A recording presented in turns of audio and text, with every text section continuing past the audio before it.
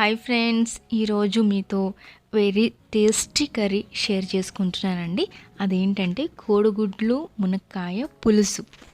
ఇది చాలా బాగుంటుందండి, పుల్లగా. ఈ కర్రీ చాలా బాగుంటుంది. అది నేను మీతో షేర్ చేసుకుందాం అనుకుంటున్నాను. చూడండి, జస్ట్ ఇప్పుడు నేను ఆయిల్ యాడ్ చేశాను. ఆయిల్ హీట్ అయిన తర్వాత ఆనియన్ యాడ్ చేశానండి. ఈ పులుసులో ఆనియన్స్ బాగా రోస్ట్ అవ్వకూడదండి ఆయిల్లో, ఎందుకంటే కొంచెం పచ్చిగా ఉంటేనే పులుసులో ఆనియన్ చాలా టేస్ట్ ఉంటుంది. అందుకని ఎక్కువ అంటే 90% నేను మామూలుగా కర్రీస్లో 90% నేను ఆనియన్ కుక్ అవనిస్తాను. ఇందులో అయితే ఒక 50% కుక్ అవుతుందండి. పులుసులో ఆనియన్ అట్లా ఉంటే కొంచెం చాలా బాగుంటుంది. తినేటప్పుడు కూడా మనకి మంచి ఫ్లేవర్ ఉంటుంది. తినేటప్పుడు చాలా బాగుంటుంది. అందుకని నేను పులుసులో ఎక్కువ ఆనియన్ కుక్ అవనివ్వనండి. సాల్ట్ యాడ్ చేశాను. నెక్స్ట్ కొంచెం పసుపు యాడ్ చేశానండి.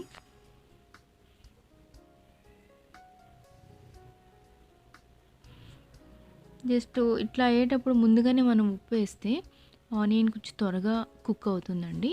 అందుకని నేను ఆనియన్ కొంచెం ముందుగా యాడ్ చేశాను. చూడండి, ఎంత కలర్ఫుల్గా ఉందో. ఒక 2-3 అట్లా కర్రీ లీవ్స్ యాడ్ చేశానండి. ఫస్ట్ కర్రీ లీవ్స్ వేసేస్తే కొంచెం అవి బాగా డ్రై అయిపోయినట్టు అనిపిస్తుందండి. అందుకని నేను కొంచెం ఆనియన్ రోస్ట్ అయిన తర్వాత అప్పుడు curry leaves, green chillies add చేస్తానండి. ఫస్ట్ యాడ్ చేస్తే అవి కొంచెం డ్రై అయిపోయినట్టుగా ఉంటుంది. అందుకని నేను కొంచెం లేట్గా యాడ్ చేస్తాను. ఎందుకంటే ఆనియన్ కొంచెం ఫ్రై అయిన తర్వాత గ్రీన్ చిల్లీస్ యాడ్ చేశాను. ఇవి కొంచెం సేపు ఆయిల్లో ఫ్రై అవ్వనివ్వాలండి. అయిన తర్వాత ఇంక మనం మెయిన్ డ్రమ్ స్టిక్స్ యాడ్ చేశాను.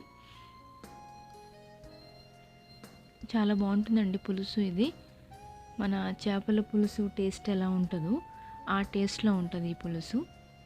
డెఫినెట్లీ మీరు ట్రై చేయండి తప్పకుండా. నెక్స్ట్ కొంచెం మగ్గిన తర్వాత టమాటా యాడ్ చేశానండి. మీడియం సైజ్ టమాటా 2 టమాటాస్ తీసుకున్నాను.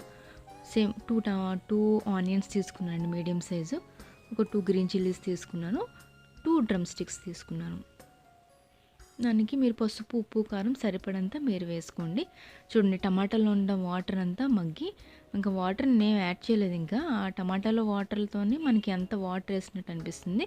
నేను చిల్లీ పౌడర్ యాడ్ చేస్తానండి. 2 టీ స్పూన్స్ వేసాను చిల్లీ పౌడర్. ఆల్మోస్ట్ ఇంకా అయిపోయిందండి మనకి. దీంట్లో నేను చింతపండు ఏమి వేయనండి. టమాటాతోనే మనకి పులుపు వస్తుంది కదా, అందుకే 2 టమాటాస్ తీసుకున్నాను. దాంతోనే మనకి పులుపు సరిపోతుంది, నాటు టమాటా అయితే. ఆప్షనల్, మీరు ఒకవేళ చింతపండు పులుసు వేసుకుంటానంటే కొంచెం చింతపండు పులుసు మీరు వేసుకోవచ్చండి.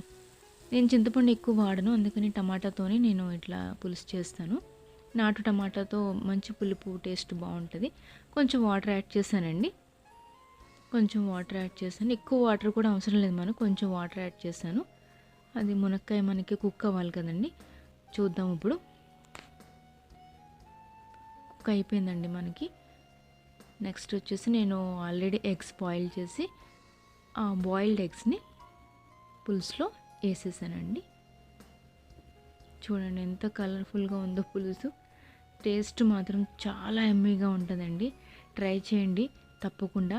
చాలా ఈజీగా అయిపోతుంది, చాలా బాగుంటుంది పులుసు.